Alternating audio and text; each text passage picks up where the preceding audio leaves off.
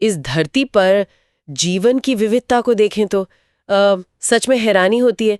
मतलब चींटियों की ही 20,000 प्रजातियां, भृंगों की 3 लाख, मछलियों की 28,000। ये लिस्ट तो बहुत लंबी है। बिल्कुल। आज हम इसी अद्भुत खजाने यानी बायोडाइवर्सिटी पर गहराई से बात करेंगे, समझेंगे कि ये असल में है क्या, इतनी जरूरी क्यों है, और हमारे पास जो जानकारी है वो क्या कहती है इसके बारे में। हाँ, तो बायोडाइवर्सिटी जैसा कि आपने कहा, मतलब जैविक संगठन के हर स्तर पर मिलने वाली कुल विविधता। अच्छा। एडवर्ड विल्सन ने इस शब्द को काफी लोकप्रिय बनाया। मोटे तौर पर देखें तो इसके 3 मुख्य स्तर हैं। पहला है जेनेटिक डाइवर्सिटी। जेनेटिक डाइवर्सिटी मतलब एक ही प्रजाति के अंदर मिलने वाली विविधता। जैसे भारत में चावल की आप सोचिए 50,000 से ज्यादा किस्में हैं। अरे वाह। या आम की 1000 से ज्यादा वैरायटीज मिलना, ये सब जेनेटिक डाइवर्सिटी है। अरे वाह, 50,000 चावल की किस्में। और दूसरा स्तर? दूसरा है स्पीशीज डाइवर्सिटी, यानी किसी एक इलाके में कितनी अलग अलग तरह की प्रजातियां हैं और वो कितनी संख्या में हैं। जैसे पश्चिमी घाट में एम्फीबियंस मतलब उभयचरों की प्रजातियां पूर्वी घाट से कहीं ज्यादा हैं। और तीसरा है इकोलॉजिकल डाइवर्सिटी। ये इकोसिस्टम के लेवल पर विविधता है। भारत में देखिए, रेगिस्तान है, वर्षावन है, मैंग्रोव्स, कोरल रीफ्स, वेटलैंड्स, कितने अलग अलग तरह के इकोसिस्टम्स हैं। ये विविधता नॉर्वे जैसे किसी स्कैंडिनेवियन देश से कहीं ज्यादा है। सही बात है।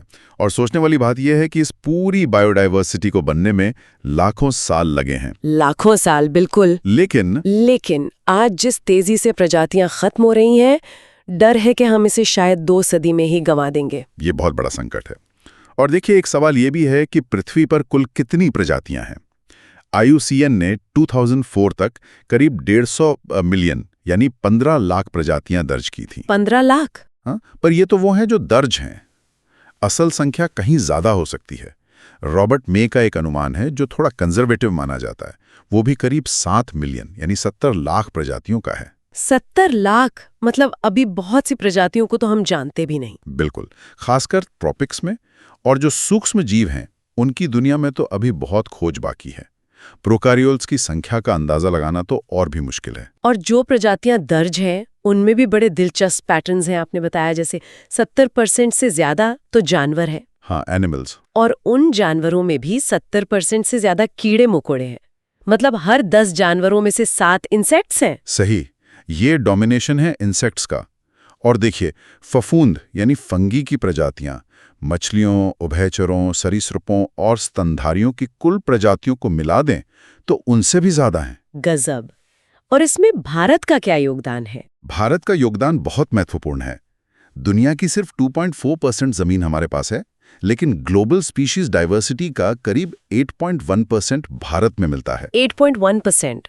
ये तो काफी ज्यादा है। हाँ, इसीलिए भारत दुनिया के 12 मेगा डाइवर्सिटी देशों में गिना जाता है। यहाँ करीब 45,000 पौधों की प्रजातियां और उससे लगभग 2 गुनी जानवरों की प्रजातियां दर्ज की जा चुकी हैं। और अगर रॉबर्ट मे के अनुमानों को देखें तो उस हिसाब से भारत में अभी भी शायद 1 लाख से ज्यादा पौधों की प्रजातियां और 3 लाख से ज्यादा जानवरों की प्रजातियों की खोज और उनका वर्णन होना बाकी है। मतलब अभी बहुत काम बाकी है। और ये जो बायोडाइवर्सिटी है, ये हर जगह एक समान तो नहीं है? नहीं, बिल्कुल नहीं। इसका डिस्ट्रीब्यूशन बहुत अनइवन है। सबसे जाना माना पैटर्न है लैटिट्यूडनल ग्रेडियंट। लैटिट्यूडनल ग्रेडियंट मतलब जैसे जैसे हम इक्वेटर से पोल्स की तरफ जाते हैं। हाँ, भूमध्य रेखा से ध्रुवों की ओर जाने पर आमतौर पे स्पीशीज डाइवर्सिटी घटती जाती है।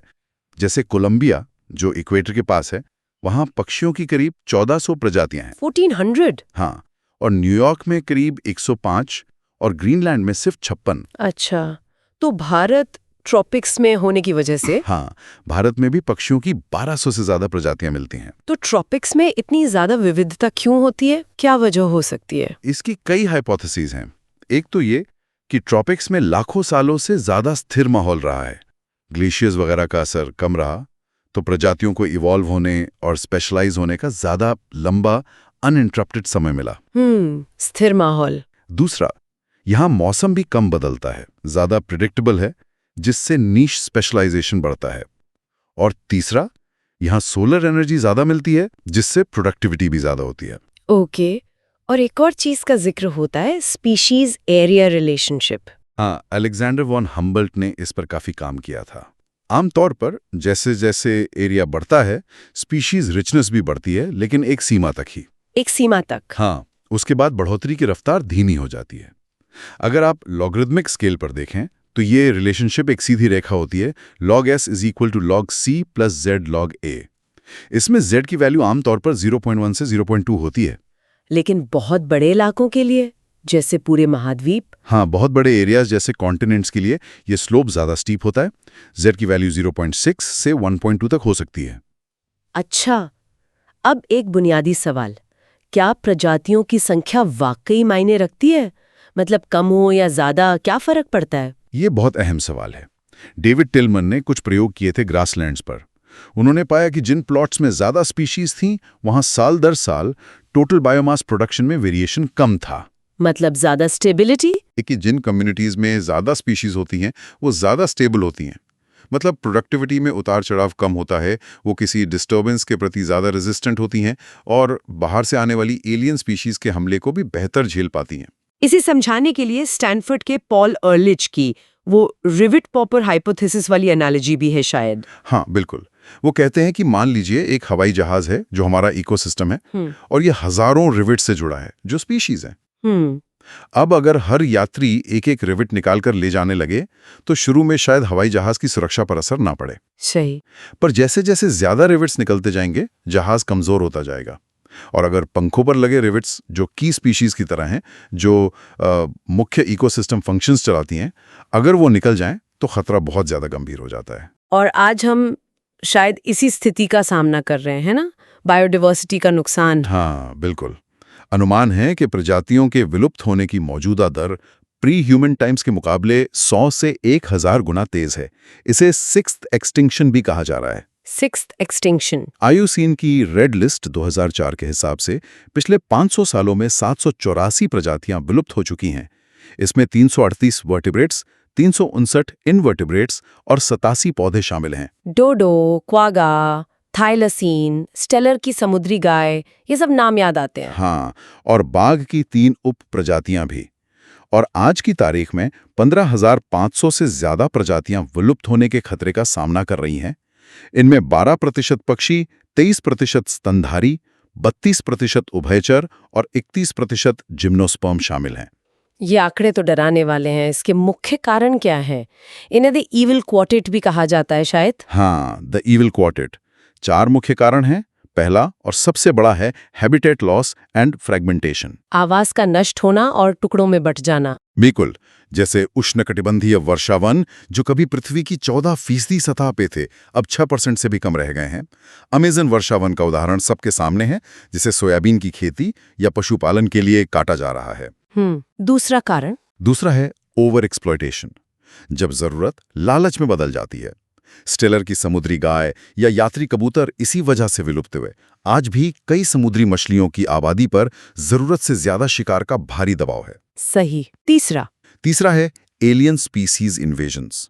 बाहर से लाई गई प्रजातियां जब किसी नए इकोसिस्टम में पहुंचकर वहां की मूल प्रजातियों के लिए खतरा बन जाती हैं। जैसे वो लेक विक्टोरिया में नाइल पर्च ने किया था, या हमारे यहाँ गाजर घास, पार्थीनियम, लैंटाना या जलकुंभी, इकॉर्निया का फैलना। बिल्कुल। और अफ्रीकी कैटफिश क्लैरियस गेरिपिनस भी एक उदाहरण है जिसने हमारी स्थानीय कैटफिश को खतरा पहुंचाया है। और चौथा कारण है को-एक्सटिंक्शंस। को-एक्सटिंक्शंस? हाँ, जब एक प्रजाति विलुप्त होती है तो उस पर पूरी तरह निर्भर दूसरी प्रजाति भी उसके साथ ही विलुप्त हो जाती है। जैसे कोई होस्ट फिश और उसका पैरासाइट, या कोई पौधा और उसका पॉलिनेटर कीट, जिनका को-इवॉल्व्ड रिश्ता हो। ओह, ये तो एक पूरी चेन रिएक्शन जैसी बात हो गई। तो सवाल ये है कि हमें इस बायोडाइवर्सिटी को बचाना क्यों चाहिए? क्या वजह है? देखिए, इसके कारणों को हम 3 कैटेगरीज में बांट सकते हैं। पहली है नैरोली यूटिलिटेरियन, यानी सीधे आर्थिक लाभ। आर्थिक लाभ? जैसे भोजन, जलाऊ लकड़ी, फाइबर, निर्माण सामग्री, औद्योगिक उत्पाद जैसे tannins, lubricants, dyes, resins, perfumes और दवाएं। 25% से ज्यादा दवाएं सीधे पौधों से मिलती हैं। और भविष्य में बायोप्रोस्पेक्टिंग की भी अपार संभावनाएं हैं, नई चीजों की खोज। ये तो हुए सीधे फायदे। और दूसरी कैटेगरी? दूसरी है ब्रॉडली यूटिलिटेरियन। ये वो फायदे हैं जो हमें इकोसिस्टम सर्विसेज के रूप में मिलते हैं। इकोसिस्टम सर्विसेज जैसे? ऑक्सीजन का उत्पादन अमेज़न के जंगल अकेले ही पृथ्वी की करीब 20% ऑक्सीजन पैदा करते हैं। पॉलिनेशन यानी परागण, जिसके बिना हमारी फसलें नहीं उग सकती। जलवायु नियंत्रण, बाढ़ और मिट्टी के कटाव को रोकना, और हाँ, प्रकृति का सौंदर्य और उससे मिलने वाली खुशी भी इसी में आती है। सही बात है। और तीसरी है एथिकल रीजन, यानी नैतिक कारण। हर प्रजाति का अपना एक इंट्रिंसिक वैल्यू है, चाहे उसका हमारे लिए कोई आर्थिक उपयोग हो या ना हो।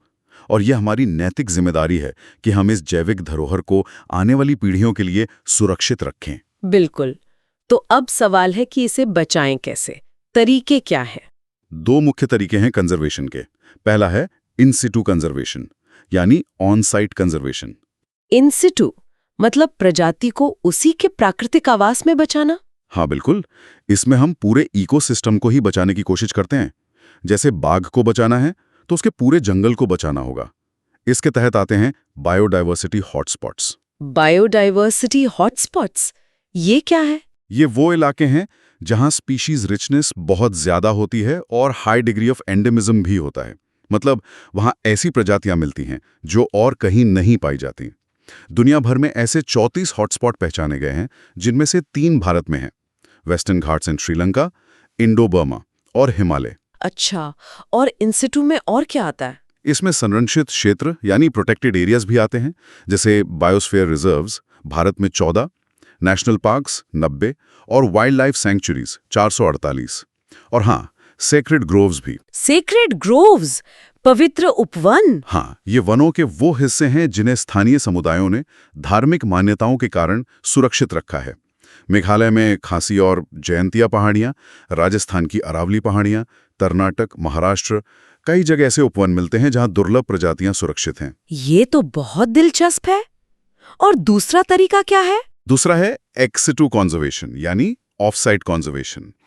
इसमें जो प्रजातियां बहुत ज्यादा संकट में हैं, उन्हें उनके प्राकृतिक आवास से बाहर निकालकर विशेष देखभाल में रखा जाता है। अच्छा, जैसे चिड़ियाघर या बोटैनिकल गार्डन्स? हाँ, zoological parks, botanical gardens, wild life safari parks इसी में आते हैं। और आजकल तो आधुनिक तकनीकें भी इस्तेमाल होती हैं, जैसे गैमीट्स को बचाना क्रायोप्रिजर्वेशन के जरिए, in vitro fertilisation, tissue culture से पौधों को उगाना और सीड बैंक्स बनाना। क्या अंतर्राष्ट्रीय स्तर पर भी कुछ प्रयास हुए हैं? हाँ बिल्कुल। 1992 में रियो डी जेनेरो में हुई द अर्थ समिट में convention on biological diversity (CBD) एक महत्वपूर्ण कदम था। फिर 2002 में जोहानिसबर्ग में हुई world summit on sustainable development में भी सभी देशों ने संकल्प लिया कि वे जैव विविधता के नुकसान की मौजूदा दर को 2010 तक कम करने के लिए प्रयास करेंगे। तो कुल मिलाकर ये साफ है कि जीवन की ये विशाल विविधता, हमारी बायोडायवर्सिटी, एक अभूतपूर्व संकट का सामना कर रही है। लेकिन इसे बचाने के कारण भी बहुत मजबूत हैं और तरीके भी हमारे पास मौजूद हैं। बिल्कुल। और जाते जाते एक सवाल सोचने के लिए छोड़ जाते हैं। ये देखते हुए कि लाखों प्रजातियां, खासकर सूक्ष्म जीव, अभी खोजी जानी बाकी हैं और विलुप्ति की दर तेज हो रही है, अगर हम इस छिपी हुई विविधता को खोने से पहले वास्तव में समझ पाते तो इकोसिस्टम के कामकाज के बारे में हमारी समझ कितनी अलग हो सकती थी।